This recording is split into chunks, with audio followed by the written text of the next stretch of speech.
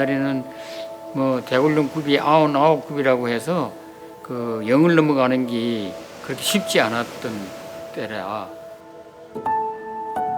주문진에도 지게도 지고 갔다가 이제 이렇게 팔기도 하고 그랬죠. 그게 이제 시작이었죠. 방관은 이제 나한테는 없어서는 안 되는 또 뭔가 사명감이라는 게 뭔가 하면은 어떠하든지 이걸 이제 전수해서 오래도록 갔으면 좋겠다는 생각이고.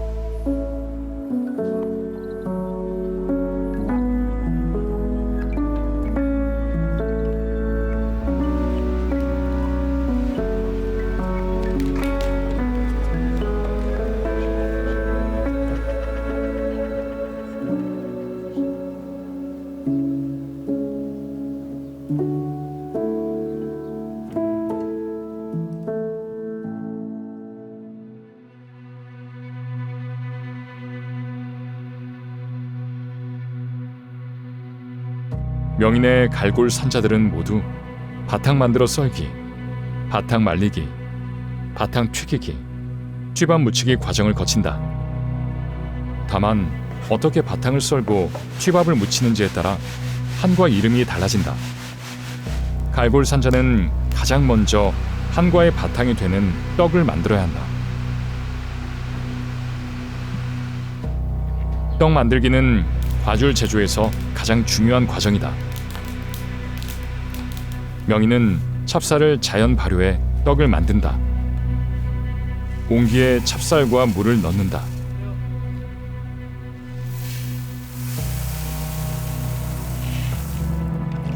물은 찹쌀이 잠길 정도로 붓는다.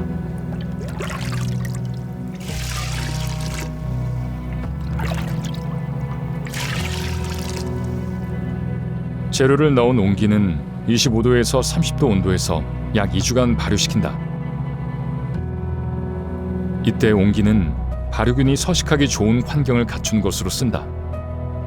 메마른 찹쌀은 물을 흡수해 부피를 키우는데 어느 정도 흡수되면 물을 뱉기도 한다. 이로 인해 찹쌀이 수면 위로 오르거나 물이 넘칠 수 있다. 이때마다 물을 보충해주거나 퍼내 적정선을 유지해준다. 찹쌀이 발효되면 봉긋봉긋 기포가 올라오고 하얀 막이 생긴다. 발효가 되고 있다는 증거다. 하얀 막은 골마지라고 부른다. 발효가 끝난 찹쌀은 깨끗한 물에 여러 번 헹궈 냄새를 제거한 후 광주리에 담아 물기를 제거한다. 찹쌀이 마를 동안 불린 콩을 물과 함께 갈아 콩물을 준비한다.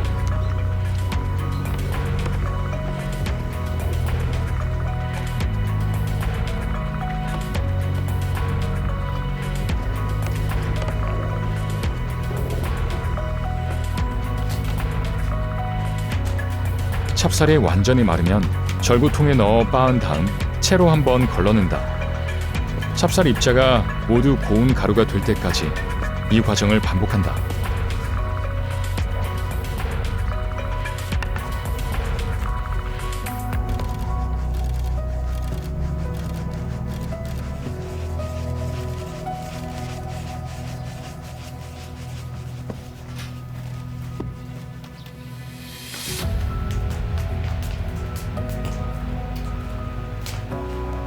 찹쌀가루에 미리 만들어둔 콩물을 조금씩 섞는데 약간 물렁할 정도로 반죽해준다. 이 반죽이 산자의 바탕이 된다.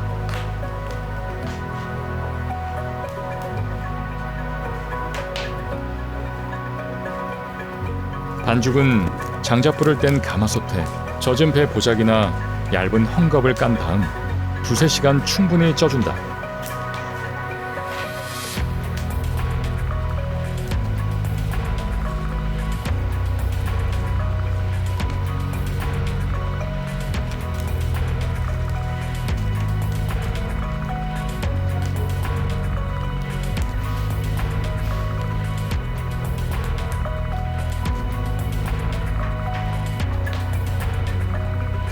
이때 반죽이 고루 잘 익도록 위아래로 뒤집어준다.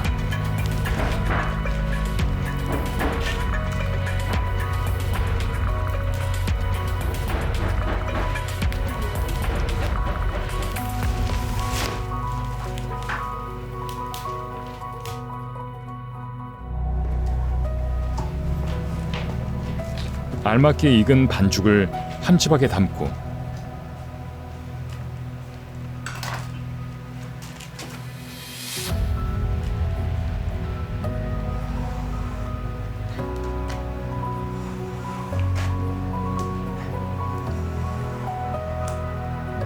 공기방울이 일도록 방망이로 충분히 쳐준다. 이 작업을 꽈리치기라고 한다. 우리는 이제 바탕 자체가 눕게 하는 거거든. 그러니까 되면은 뭐 이렇게 떡매를 치든지 뭐 떡이잖아. 그 떡인데 떡매를 치든지 뭐 이렇게 해야지만 우리는 이게 좀 묽은 거니까 이제 방망이로 하는데 배를 치기로 하면은 우선 부드러워지고 이제 그 포자라고 그래야지. 이제 쉽게 말하면 우리가 이제 한과를 튀어놓으면 이렇게 부줄구면은 안에 포자가 이렇게 형성돼 있잖아. 찢는 바람에 공기가 유통 들어가서 그 깨르치기를 하면은 이제 방울이 또 생기거든. 이렇게 하면 그 방울이가 이제 생길 때까지 이제 쳐야 돼. 그러면 이제 이게 모양을 만들 적에 밀대로 민다고 그랬는데 우리가 밀대로 미는 게 아니라 손으로 이렇게 쓱쓱 미는 거는 그 깨르치기를 많이 했기 때문에 부드러워져 가지고 손으로 해도 잡아 눌고도 떨어지지 않고 이렇게 늘어나고 그래서 이게 부드럽게 만들고 그 다음에 포자 형성되는데 적이 되기 때문에 깨르치기를 많이 하게 돼요. 명인이 말한 포자는 산자 안에 그물처럼 생긴 얇은 막을 뜻한다. 꽈리치기를 할 때 공기방울은 균일하게 막을 형성하는데 이것이 나중에 기름과 만나면서 팽화한다. 포자가 크게 형성될수록 산자의 부피 역시 커진다. 명인이 만든 산자는 발효된 반죽을 꽈리치게 하기 때문에 포자가 매우 크다. 그래서 시중에 유통되는 산자보다 2배가량 더 두껍고 씹을수록 쌀의 깊은 맛이 난다. 여기에 바른 조청은 입에 달라붙지 않아 남녀노소 누구나 부담 없이 즐길 수 있다. 꽈리치기 한 반죽은 감자 전분을 친 바닥에 30분 정도 올려둔다.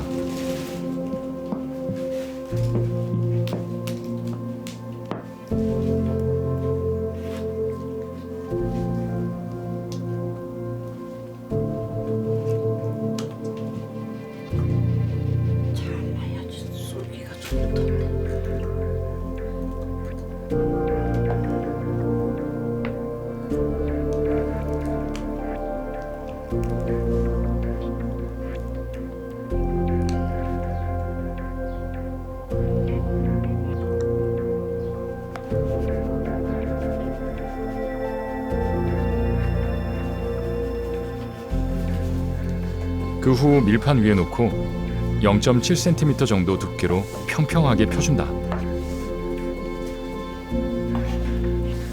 이후 반죽을 써는데 산자는 가로 세로 10cm,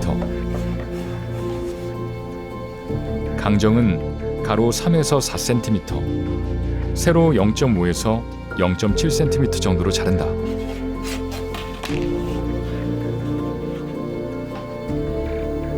제법 과줄 모양을 갖춘 반죽은 바람이 잘 통하는 곳에 놓은 후 자주 뒤집어주며 바싹 말린다.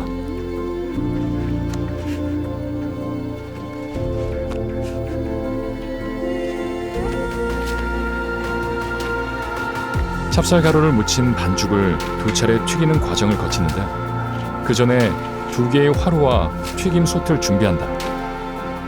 튀김 솥에 콩기름이나 옥수수유를 두른다. 보통 우리가 튀고자 그러면 이제 여러 개를 넣느냐 한 개 넣느냐 이래서 이제 온도 조절이 좀 틀리지만 보통은 70도에서 80도 된 기름에다가 이 바탕을 떡을 넣으면 기름이 천천히 기름이 배면서 기름이 완전히 배면 이 바탕 넣었던 게 가라앉았던 게 뜬다고 이렇게 떠오르면 하얗게 되거든요. 우리가 떡을 만들어 놓으면 좀 누리끼리 해서 되어 있는데 이 기름이 완전히 배면 하얗게 이거 둥 떠. 그 뜬 걸 가지고 이제 뜨거운 데다가 넣으면은 이제 확 퍼지면서 이렇게 커지는데 그게 이제 다른 데하고 좀 차이점이라는 게. 산자를 튀길 때는 요숟가락이나 과줄 집게로 내귀퉁이를 잡고 고르게 펴준다. 기름에 튀긴 반죽은 바탕이 된다. 일반적인 한과가 기름에 튀울 때 부풀어 나는 시간이 2에서 3초 정도인데 반해 명인의 갈골산자는 그보다 짧은 1에서 1.5초 만에 부풀어 오른다. 시간이 짧은 만큼 갈골산자의 모양을 빠르게 잡아내는 것도 명인의 기술 중 하나다.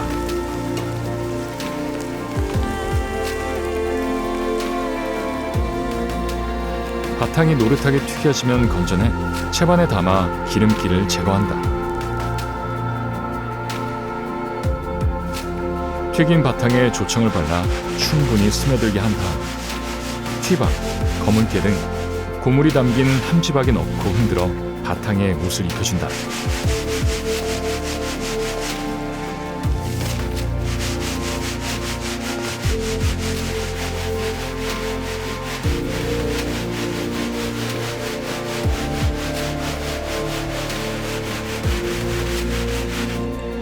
갈골산자가 완성됐다.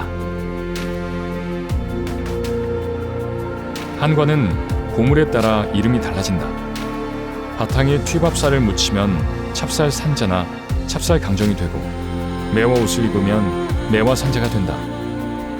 고물 묻힐 갈골산자는 쓰임에 따라 과반이나 석자, 동구리 등에 조심히 담는다. 강릉에서는 이 매화 산자가 유명한데 매화 산자는 튀밥 모양이 매화 같다고 해서 붙여진 이름이다. 매화 산자 고물인 튀밥은 강릉 청정 지역에서 재배되는 찰벼를 사용해서 만든다. 질 좋은 벽실을 엄선해 술에 적신 후 하룻밤 재운다.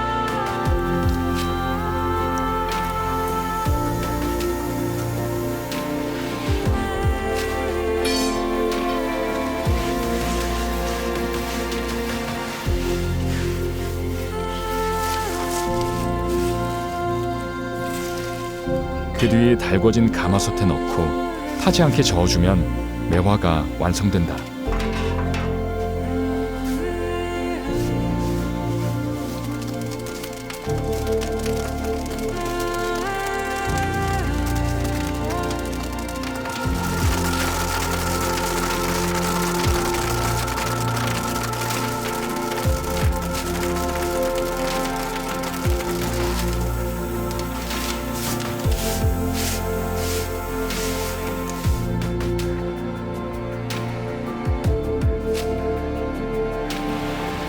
매화산자 못지않게 사천에서 유명한 산재가 바로 사천 바닷가에서 난 모래로 튀긴 모래산자이다.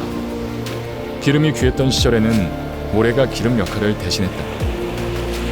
모래산자는 바탕에 기름이 많이 배지 않아 담백한 것이 특징이며 사천마을에는 모래산자라는 말이 통용될 정도로 그 옛날 사천면을 대표하는 주전부리기도 했다.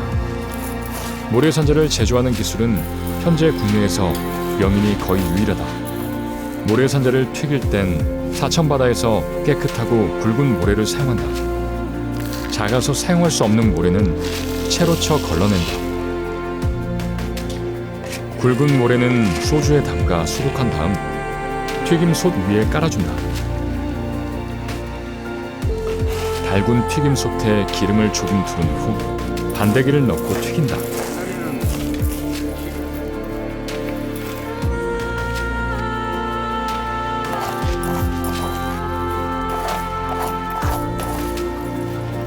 열기로 인해 바탕이 오므라들면 노숟가락을 이용해 평평하게 펴준다.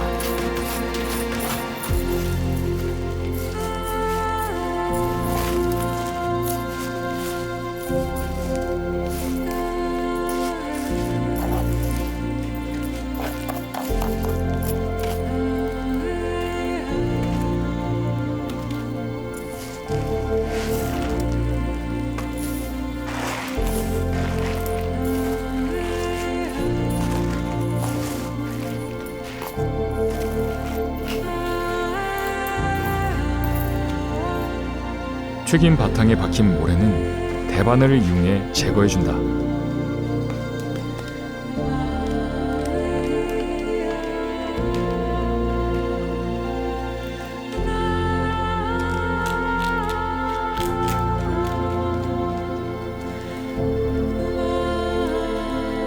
모래산자가 완성됐다.